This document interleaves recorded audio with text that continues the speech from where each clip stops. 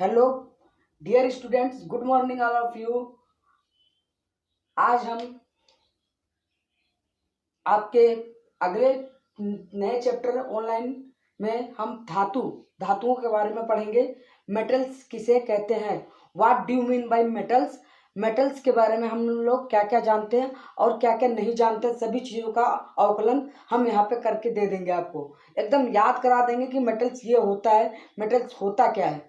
ठीक है, पहला चीज नंबर 1, मेटल्स वो होती है जिसमें ऊष्मा का प्रवाह होता है। मेटल्स वो होती है जिसके अंदर विद्युत धारा का प्रवाह होता है। मेटल्स वो होता है जिसके अंदर चालकता ज़्यादा होती है। मेटल्स वो होता है जो एनर्जी ज़्यादा एब्जॉर्ब करता है। मेटल्स वो होता है जो प्रकाशमान हो जाता है। मेटल वो होता है जो ऊर्जावान हो जाता है और ऊर्जा प्रदान करता है।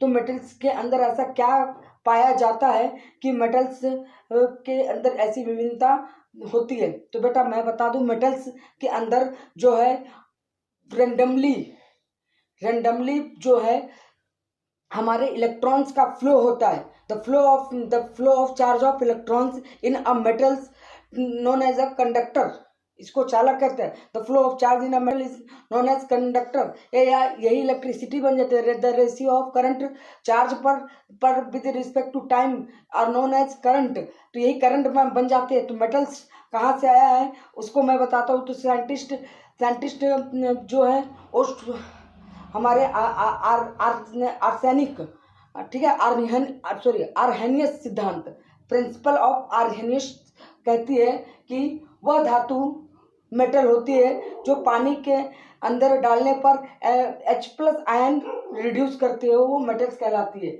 जैसे कि उन्होंने कहा था मेटल्स वो होते हैं जो H+ देते हैं। जैसे जब भी उनको वाटर में रख देते हैं H+ देते हैं, वो मेटल कहलाते हैं। जैसे HCl को जब हम वाटर में डालते हैं, वाटर के इंटू H2O में जब डालते हैं, पानी में डालते हैं, तो HCl जो होता है H+ अलग हो जाता है। ठीक है बेटा, H+ अलग हो जाता है। ठीक है, और यहाँ पे अलग धातु बन के निकल आती है। तो मेटल्स वो बताया उन्होंने कि वे मेटल्स होते हैं जो H+ आयन त्यागते हैं।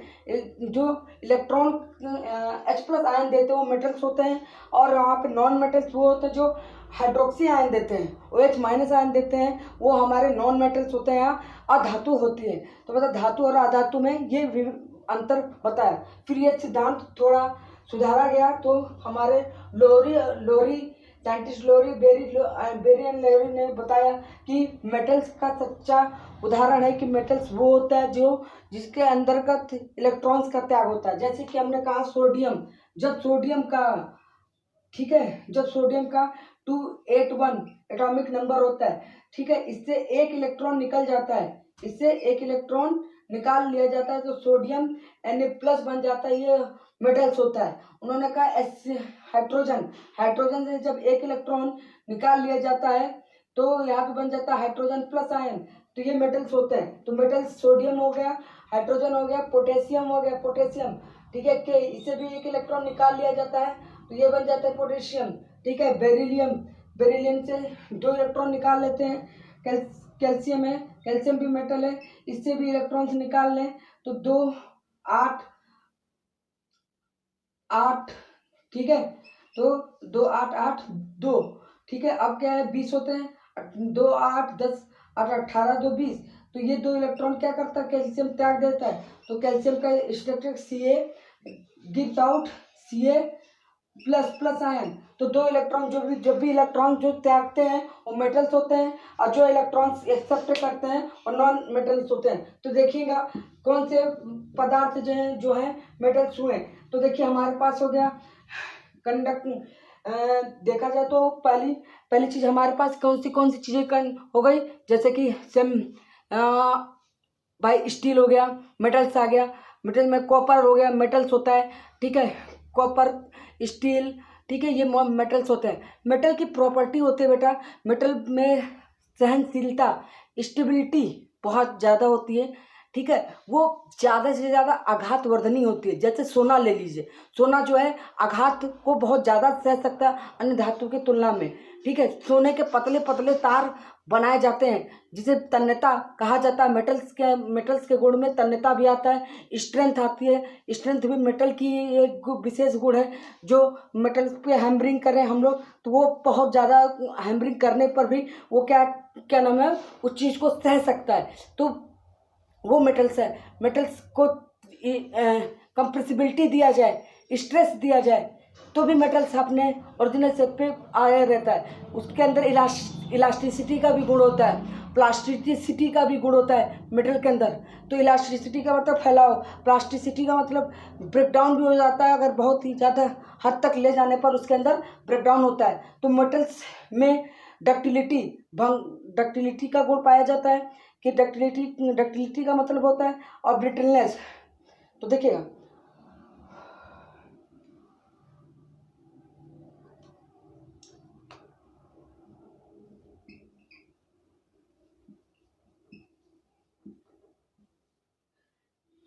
ब्लैक बोर्ड पे एक सेंटेंस लिखा है बेटा, डक्टिलिटी।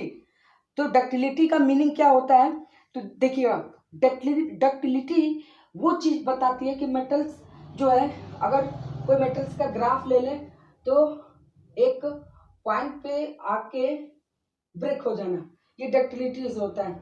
और ब्रिटलनेस में क्या होता है, ये ग्राफ यूं जाके यूं होता है, ये ब्रिटलनेस का ग्राफ होता है। तो ब्रिटलनेस में धातु सह सकते हैं, इस पे धातु भंगुर होता है। इसका अर्थ होता है भंगुर, भंगुर मतलब कि चोट सहने पर ये ब्रेक डाउन हो जाता है, ब्रेक टूट जाता है। ठीक है, ब्रेक लिख देते हैं, ब्रेक हो जाता है, टूट जाता है, ब्रेक हो जाता है। और यहाँ पे ब्रेकिंग नहीं होके सह के इलास्टिसिटी, ये इसकी मैक्सिमम पोजीशन होती है, इलास्टिक पॉइंट। ठीक है, और मटेरियल अपने शेप को चेंज करती है।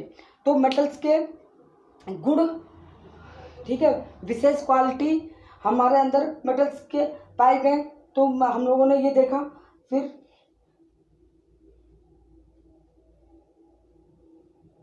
अब बेटा पढ़ते हैं लोह धातु और अलोह धातु किसे कहते हैं। देखिएगा, लोह धातु और अलोह धातु। तो लोहे से बोला तो लोह धातु वे धातुएं जो क्या नाम है, जिसमें लोहे की मात्रा ज़्यादा हो वो लोह धातु कहलाते हैं, और जिसमें लोहे की मात्रा कम हो अलोह धातु में रखा जाता है। जिसका मतलब ये ज़्यादा जो है चुंबक के प्रतिशील ज़्यादा रहते हैं और चुंबक के प्रतिशील कम रहते हैं अलोह धातु में। तो ये बेसिक 2-3 पॉइंट हैं जो आप लर्न कर लेंगे तो लोह धातु और अलोह धातु को हम लोग आसानी से खत्म कर पाएंगे।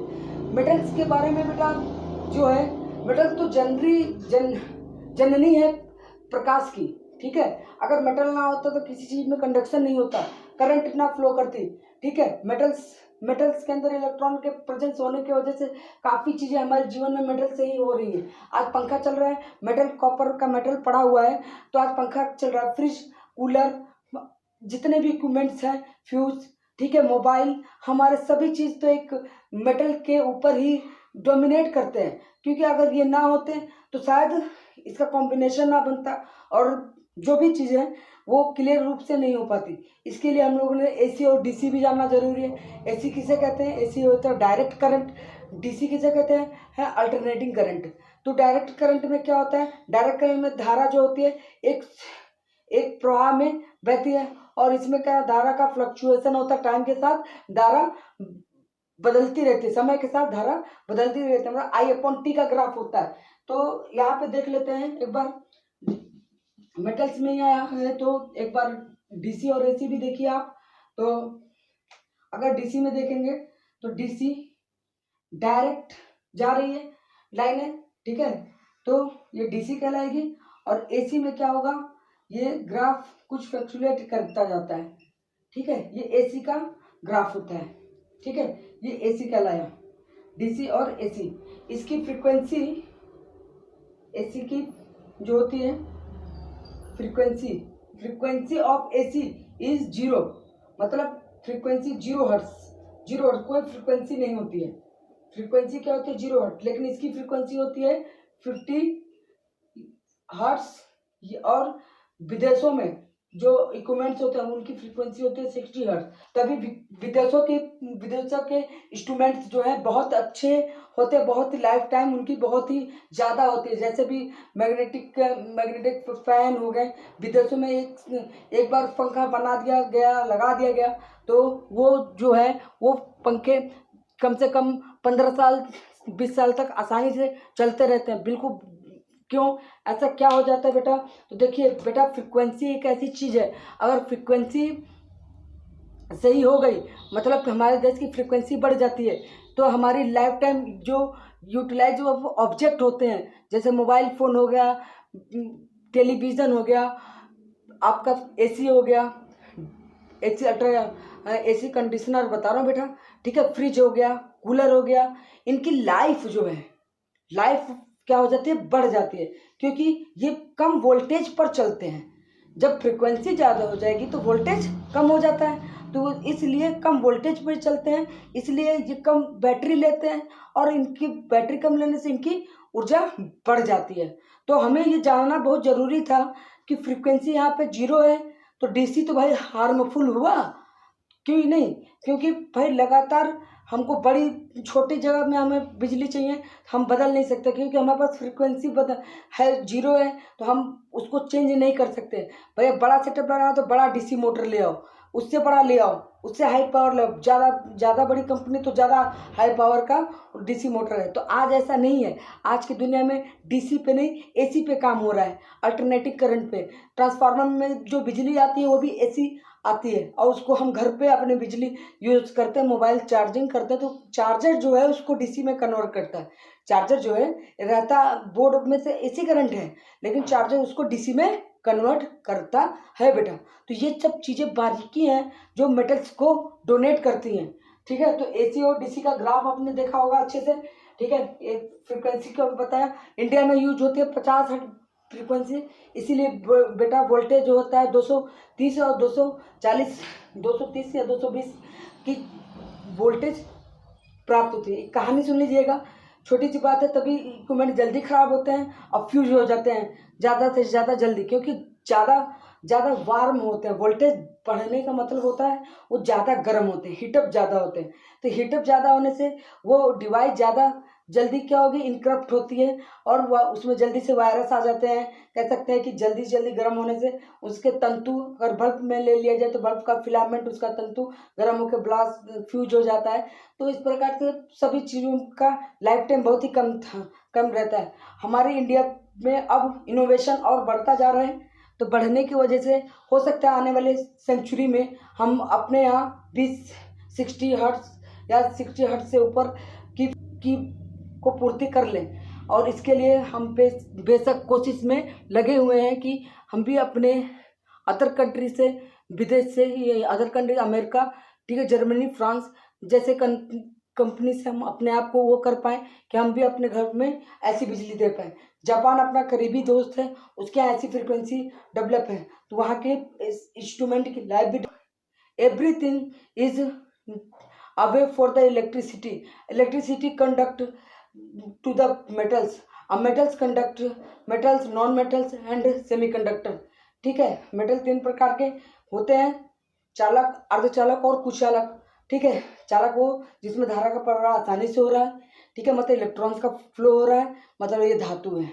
अचालक वो पदार्थ, वो धातु वो भी है, लेकिन उसमें बस खाली धातु वो भी है, बस उसमें विद्युत का प्रवाह नहीं हो रहा है, मतलब इलेक्ट्रॉन्स उसमें बाउंडेड हैं, पकड़े हुए हैं, मूव नहीं कर रहे हैं। जब मूव नहीं करेंगे, वाइब्रेट नहीं करेंगे बेटा, तो एक जगह से ऊष्मा का स्थानांतरण या करंट का स्थानांतरण एक जगह से दूसरी जगह नहीं हो सकता है। तो जब एक जगह से दूसरी जगह करंट का स्थानांतरण ही नहीं होगा, तो ऑब्वियसली सी बात है कि हमें प्रोटेक्टेड होके इलेक्ट्रिसिटी नहीं जा पाएगी, हम उस चीज़ को हटा देंगे। तभी तो हमने कहते हैं लकड़ी, रबर, कागज, प्लास्टिक, ये सभी चीज़ें कुचालक हैं, इसमें ये इलेक्ट्रिसिटी को अवॉइड करती हैं।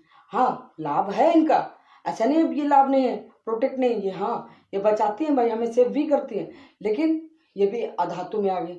तो धातु और अधातु, धातुएं हमारी जो है पृथ्वी के भूगर्भ से ठीक है, भूगर्भ में खनन की प्रक्रिया द्वारा धातुएं प्राप्त होती हैं। फिर उन धातुओं को हम पहले उस पे करके हैमरिंग किया, हैमरिंग के बाद उसको पीसा उसा, फिर उसका ऐसीकरण होता है, फिर ऑक्सीडाइजेशन होता है, फिर भट्टी में उसको निकाल भट्टी में ले जाके उसको गर्म करते हैं उस धातु को, और पिघल के प्रगलन। देखिए कई प्रोसेस होते हैं। पहली चीज़ है, पहले तो धातु को मिट्टी से निकाला, फिर धातु को बहुत अच्छे से पीस लेते हैं। पीसने के बाद पाउडर बन जाता है। पाउडर पर फिर हम पानी का छिड़काव करते हैं, या मैग्नेटिक अगर लोहा धातु है तो लोहे को मैग्नेट से छाट लेते हैं। ठीक है, फिर उस लोहे धातु में मान लीजिए अब उस धातु को, लोहे को छानना है, तो फिर पिसा हुआ लोहा लेके फिर हम पहुंचते हैं उस भंजन भट्टी के अंदर। भंजन प्रक्रिया होती है, प्रगलन प्रक्रिया होती है। ठीक है, मतलब कि ब्रस्टिंग और मिल्टिंग दोनों प्रक्रिया, भंजन और प्रगलन उस भट्टी के अंदर होता है। धातु गलन की अवस्था में आती है, गलती है। गलन के द्वारा जब उसका जो धातु मल होता है वो किनारे निकाल लिया जाता है, और प्योर धातु को एक जो फ्रेम होता है, ठीक है, एक फ्रेम में उस धातु दी गई धातु को एक किसी फ्रेम में रख के सिलेक्ट कर दिया जाता है, और उसको बोलते हैं पैटर्न। उस पैटर्न सांचे में कुछ समय बाद, 12 घंटे बाद या 10 घंटे बाद, जो भी टाइम लगे, उस धातु पर डिपेंड कर रहा है, ठंडे होने के बाद जम जाती है। फिर उस धातु को हम उसके मुताबिक जहाँ पर भी यूज़ करना होता है उस धातु को हम यूज करते हैं। तो धातु को वात्या भट्टी, प्रवर्तनी भट्टी, ठीक है, इलेक्ट्रोलाइट विधि द्वारा, तो इन सब विधियों द्वारा धातुओं को हम निष्कर्षण करते हैं। ठीक है, हमारा सबसे ज़्यादा भारत में सबसे ज़्यादा धातु जो होता है अभ्रक धातु का निष्करण होता है। ठीक है, और सभी धातुएं हैं, लो धातु भी है भारत देश इंडिया में। ठीक है, भारत में यूरेनियम धातु और इन सब की कमी पाई जाती है, लेकिन यूरेनियम के अलावा भारत में न्यूक्लियर फिशन या फ्यूजन के द्वारा, ठीक है, हमारे न्यूक्लियर फिशन प्रोसेस में, नाभिकीय विखंडन प्रोसेस में, हम लोग वहाँ पे यूरेनियम ना यूज़ करके प्लूटोनियम यूज़ करते हैं। अब प्लूटोनियम जो है वो भी यूरेनियम की तरह काम करता है और हमें ऊर्जावान देता है, जिससे इलेक्ट्रिसिटी प्रोवाइड होती है। ठीक है, आपको पता होगा कि उसमें नाभिकीय विखंडन प्रोसेस होता है। मैं बताता हूँ कैसे क्या होता है कि मेटल के अंदर की बात है। तो देखो बेटा ध्यान से, यूरेनियम की बात हो रही तो यूरेनियम से सोचे हैं। देखिएगा, एक यूरेनियम है, यूरेनियम 92-235, ठीक है, यूरेनियम 92-235 पर जब एक न्यूट्रॉन गिराया जाता है, ठीक है, जब एक न्यूट्रॉन गिराया जाता है तो यूरेनियम बेरियम और, ठीक है, बेरियम और क्रिप्टॉन नामक दो तत्वों में टूटता है तथा 3 न्यूट्रॉन उत्सर्जित करता है। 3 न्यूट्रॉन बन जाते हैं। ठीक है, और असीमित ऊर्जा, ठीक है, बोल सकते वेरी एनर्जी हमें क्या होती है, बहुत धातुओं की मदद से ही बहुत सारा मात्रा में वो पाया जाता है, एनर्जी प्राप्त होती है। किसके लिए? देखिएगा, न्यूट्रॉन की बमबारी यूरेनियम पे कराई गई। न्यूट्रॉन जब यूरेनियम पर बमबारी कराई गई तो न्यूट्रॉन 2 भागों में बैठा। ठीक है, 56 और 36, 6 12 मिला लीजिएगा, 6 12, ठीक है, और 5 3 8 और 1 9। तो ये इसका ब्रेकिंग होता है, इस प्रकार से ये टूटता है। ठीक है बेटा, टूटने पर और असीमित एनर्जी मिलती है, क्योंकि न्यूट्रॉन जो होता है बेटा वो क्या करता है, यूरेनियम को बार बार तोड़ता है। ठीक है, एक न्यूट्रॉन से 3 बन रहे हैं, फिर 3 न्यूट्रॉन, फिर 3 को और तोड़ 6 बना लेते हैं। देखिए, एक यूरेनियम है, 1 यूरेनियम पे बमबारी कराया, ठीक है, तो एक न्यूट्रॉन से कितने निकलेंगे, 1 2 और 3, तो इससे 3 क्या निकले, 3 न्यूट्रॉन निकले, 3 न्यूट्रॉन निकले। फिर ये 3 न्यूट्रॉन किसको तोड़ रहे हैं जाके, फिर से यूरेनियम को,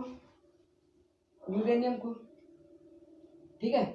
अब ये न्यूट्रॉन यूरेनियम को तोड़ते हैं, तो यूरेनियम को तोड़ने पर फिर से इनसे भी 1 2 3 1 2 3 1 2 3, मतलब कि इनसे भी 3 न्यूट्रॉन फिर से निकल गए।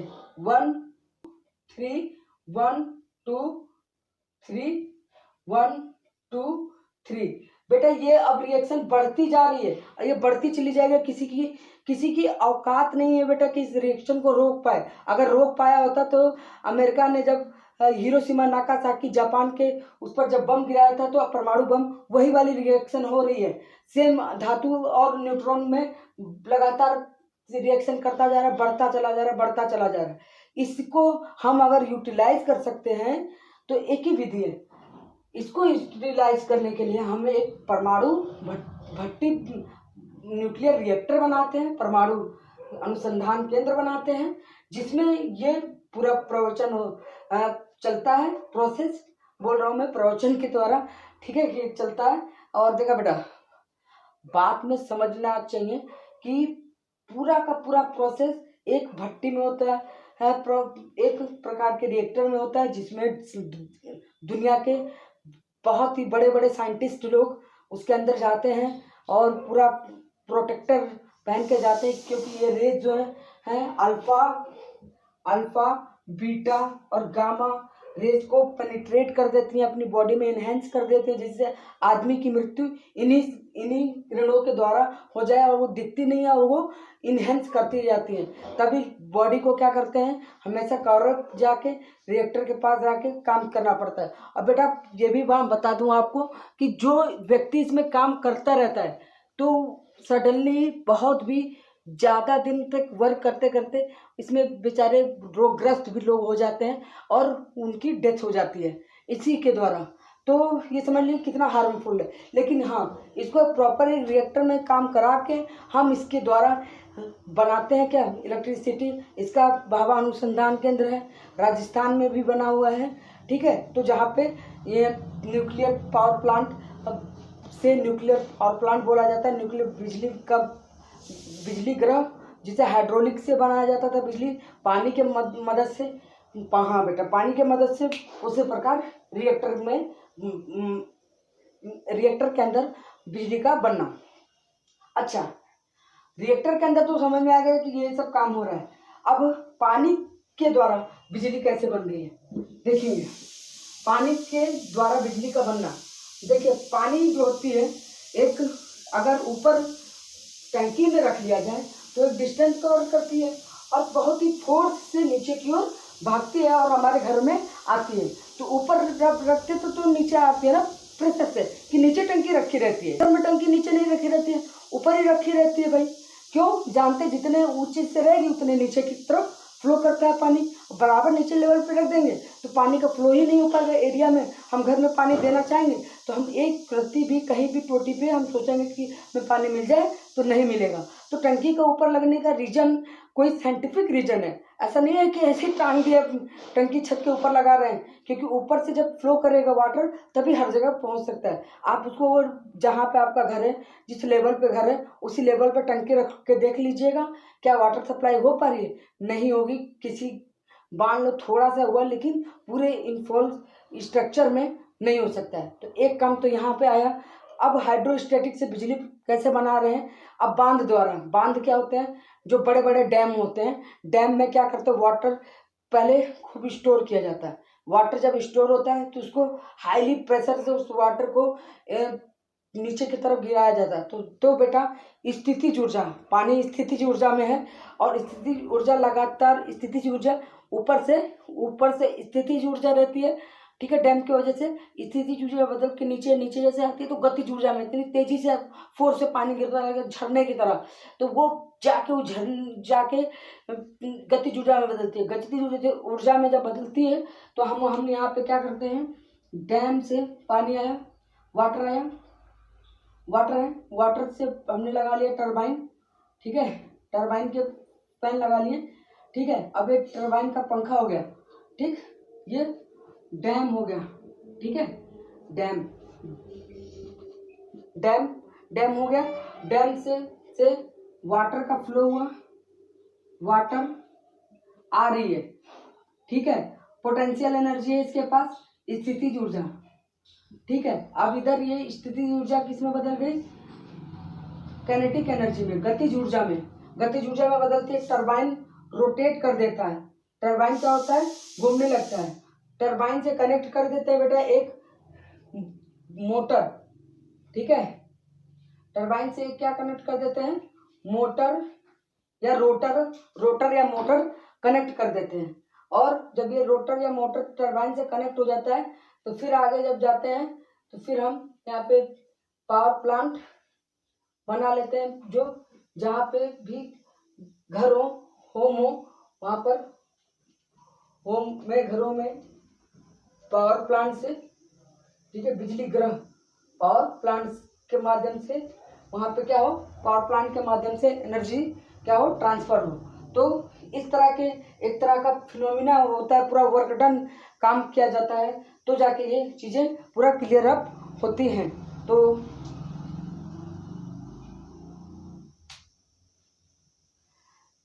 बेटा हमने बताया धातुओं में चुंबकीय गुण होता है, ठीक है। धातुएं चुंबक की तरफ चिपकती भी हैं, जैसे कि फेरस Fe3O4, ठीक है। ये खुद ही मैग्नेट है और ये लोहे को अपनी तरफ आकर्षित करता है। और भी कुछ धातुएं होती हैं। और इसमें धातुओं में अब विशेषता जो है, रबड़ जो है, इलास्टिसिटी का गुण भी धातु के अंदर रहता है। रबड़ इलास्टिसिटी वाला गुण मैंने बताया कि फैलता भी है, तो फैलाव भी इसका एक विशेषता गुण है। तो ये इलेक्ट्रिसिटी जो हमारी चैप्टर है पूरा धातु और धातु रिलेट किससे किससे करती है बेटा, वो मैंने आपको बता दिया कि धातु से रिलेट सबका है, एक चीज से नहीं, सभी चीजों में धातु को हमने देखा, ठीक है। अगर एक एटम को लेके देखा तो एक एटम को भी लेके देख लीजिए। अगर ये एक एटम है सोडियम, तो इसके एक पहले कोश में 2 इलेक्ट्रॉन, दूसरे में 8 इलेक्ट्रॉन, तीसरे में 1 इलेक्ट्रॉन। तो 2 इलेक्ट्रॉन पहले में, दूसरे में